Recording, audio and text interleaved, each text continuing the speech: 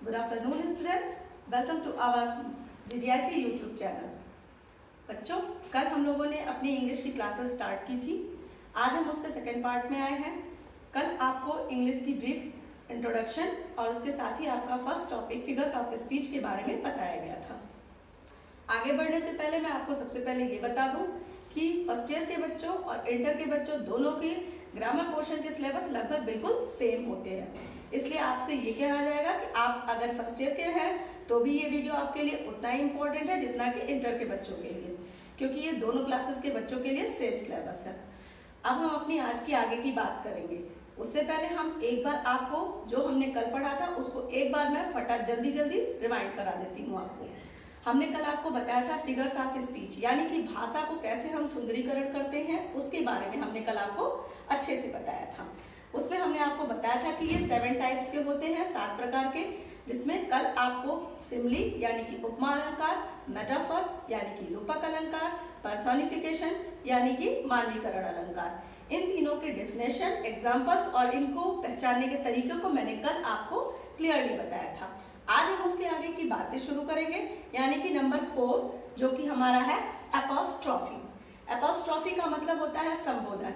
आप अपनी पिछले की क्लासेस में पढ़ चुके होंगे। एपोस्ट्रॉफी हमें एक पंक्चुएशन के रूप में भी हम लोग यूज करते हैं, बट यहाँ पर हम इसको फिगर्स ऑफ स्पीच में पढ़ेंगे, इसको जानेंगे कि ये क्या होता है। तो हम बात कर रहे हैं एपोस्ट्रॉफी की। एपोस्ट्रॉफी जैसा कि आपको मैंने अभी बताया कि इसका मतलब होता है संबोधन, ठीक है। अब हम इसमें आगे समझते हैं। वी एड्रेस यानी कि in apostrophe we address a dead person or some lifeless things or an abstract ideas and living person, यानी कि किसी भी मृत व्यक्ति या विचार को हम सिर्फ जब संबोधित करने की बात करते हैं तो वहां पर हम एपोस्ट्रॉफी का यूज करते हैं, उसे हम एपोस्ट्रॉफी कहते हैं। आप ध्यान दीजिएगा, क्योंकि अभी हमने आपको इसके पहले पर्सोनिफिकेशन बताया था, मानवीकरण अलंकार, उसमें आपको विचारों को और चीजों को, मृत व्यक्तियों को जो भी है, हम उसको निर्जीव वस्तुओं को कार्य के रूप में भी हम यूज करते हैं। यानी कि पर्सोनिफिकेशन में जब हम बात करते हैं तो उसमें हम किसी भी विचार को या निर्जीव वस्तुओं को एक मानव के श्रेणी में रखते हैं, परंतु जब हम एपोस्ट्रॉफी की बात करते हैं तो एपोस्ट्रॉफी में हम कहीं भी निर्जीव वस्तु या विचारों को हम सिर्फ संबोधित करते हैं, ना कि उनको हम मानव की कैटेगरी में रखते हैं। ये एक छोटा सा डिफरेंस है आपका पर्सोनिफिकेशन और एपोस्ट्रॉफी में। तो आप यहाँ पर ध्यान देंगे, आप ओ डेथ एपोस्ट्रॉफी का आपका जो सिंबल होता है वो आपकी एक सिंगल पाई और उसके नीचे एक छोटा सा पॉइंट हम बनाते हैं। एक ये भी आपकी सबसे बड़ी पहचान है किसी भी सेंटेंस की, चीजों को पहचानने की, कि एपोस्ट्रॉफी आप कैसे पहचानेंगे। जहां भी आपका एपोस्ट्रॉफी की बात होगी, जिस भी फिगर्स ऑफ स्पीच में, किसी भी सेंटेंस में, आप अगर उसे ध्यान से देखेंगे तो आप जान पाएंगे कि उस सेंटेंस में इस तरह के सिंबल का यूज किया गया है। अगर इस तरह के सिंबल का यूज किया गया है तो मतलब कि वह एपोस्ट्रॉफी फिगर्स ऑफ स्पीच है। अब आपको ये चीजें क्लियर रखनी होंगी कि ये चीजें कहाँ पे हैं इसमें खास करके, लेकिन इसकी परिभाषा पे भी ध्यान रखिएगा कि यहाँ पे विचारों को संबोधित करने की बात होती है, किसी भी मृत्यु को संबोधित करने की बात होती है, निर्जीव वस्तु को संबोधित करने की बात होती है। साथ ही साथ इसका पहचान करने का ये एक सिंबल है। ये रही आपकी एपोस्ट्रॉफी। नेक्स्ट आपका जो आता है वो है आपका हाइपरबोल। हाइपरबोल, जैसे आपको इसके नाम से ही अंदाजा हो रहा है, हाइपर यानी कि बहुत ज्यादा। हाइपरबोल का मतलब होता है अतिशयोक्ति अलंकार, यानी कि किसी भी चीजों को किसी बारे में बढ़ा चढ़ा के बोलने के तरीके को हम कहते हैं अतिशयोक्ति अलंकार या फिर हाइपरबोल। इसमें आप किसी भी वस्तु या व्यक्ति के बारे में हम जरूरत से ज्यादा उसके बारे में बढ़ा चढ़ा के बोलने की बात को ही हाइपरबोल कहा जाता है। अ स्टेटमेंट यानी कि कोई भी statement is made emphatic by over statement, यानी कि किसी भी स्टेटमेंट को जब हम ओवर तरीके से, बहुत ही ज्यादा तरीके से बढ़ा चढ़ा के पेश करते हैं तो वहां पर हम अतिशयोक्ति अलंकार की बात करते हैं। जैसे reverse of blood flowed in the battle, यानी कि युद्ध में खून की नदियां बह गई।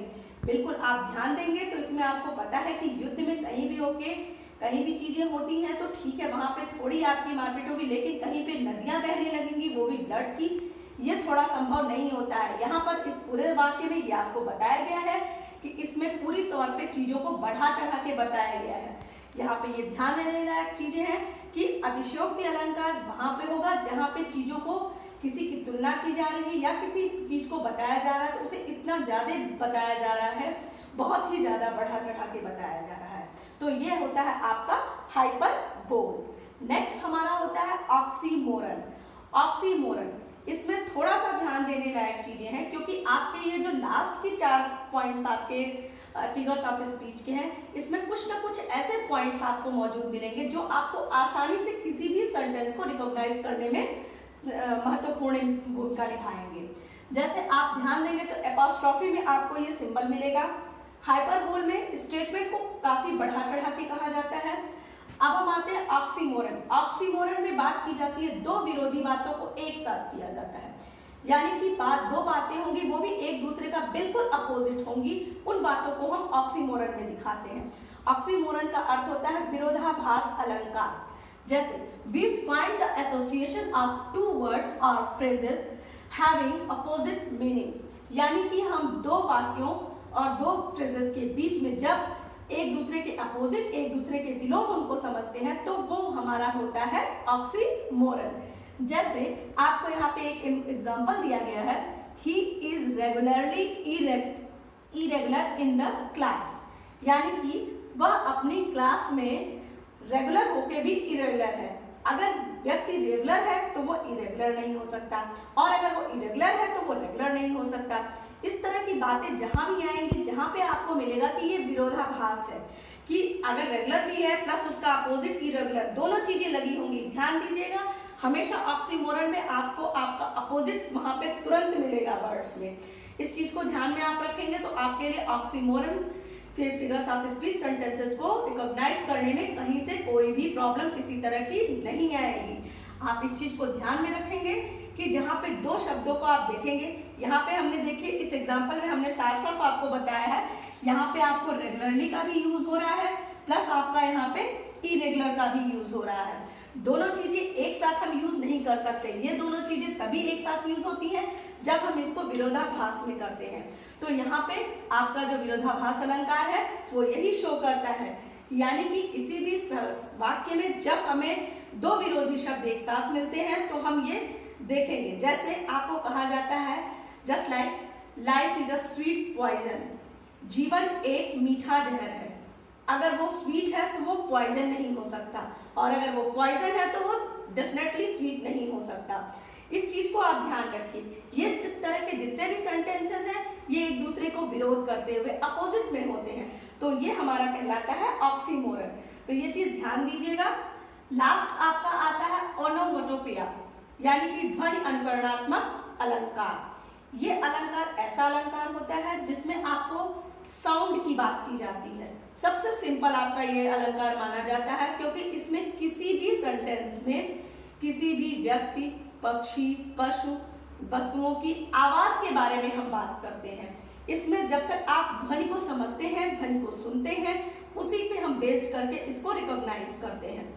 जैसे an onomatopoeia consists in using a word similar to the sound, यानी कि हम ओनोमोटोपोइया में किसी भी वस्तु की, व्यक्ति की, पक्षी की आवाजों को हम सुन के उसको समझने की कोशिश करते हैं।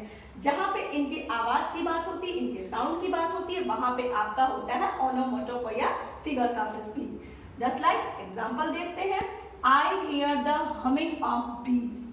मैंने, हमिंग मतलब मैंने सुना, बीज मधुमक्खियों की भनभनाहट मैंने सुनी। भनभनाहट आपको ध्यान लेंगे तो हमिंग को हम यूज करते हैं पक्षियों की, यानी कि मधुमक्खियों की भनभनाहट के रूप में, उनके साउंड के रूप में हम इसको यूज करते हैं हमिंग को। तो आपको जब भी कहीं भी ओनोमोटोपोइया मिलेगा तो आपको पर्टिकुलर उस कंसिस्टेंस की, उस वर्ड्स की आपको एक ना एक उसका साउंड जरूर शो अप किया गया होगा। वहां पे आपको यही चीज ध्यान में रखना है कि जहां पे आपका हॉर्स है तो उसके साउंड को, व्यक्ति है तो उसके साउंड को, या हाथों की चीजों को किस तरह से साउंड को वहां पे रिकॉग्नाइज करना है, ये आपको ध्यान में रखना है। जब आप किसी भी साउंड को ध्यान में रखेंगे, रिकॉग्नाइज करेंगे, तो आपको ये अच्छी तरह से समझ में आएगा कि ये हमारा जो चीजें हैं वो हमारा सेंटेंस ओनोमोटोपोइया फिगर्स ऑफ स्पीच का है।